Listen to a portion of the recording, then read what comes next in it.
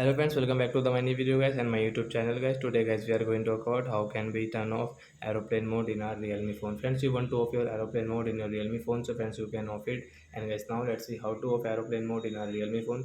In this video I am going to show you. So before starting video, when first of all go and subscribe the channel, click the bell icon, like my video. So when first of all open your phone setting to off your aeroplane mode.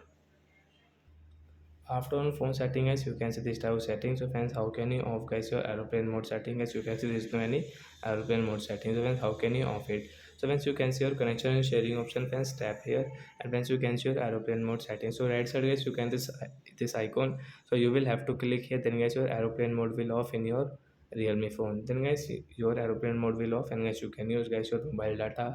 You can on guys your mobile network, and guys you can use it.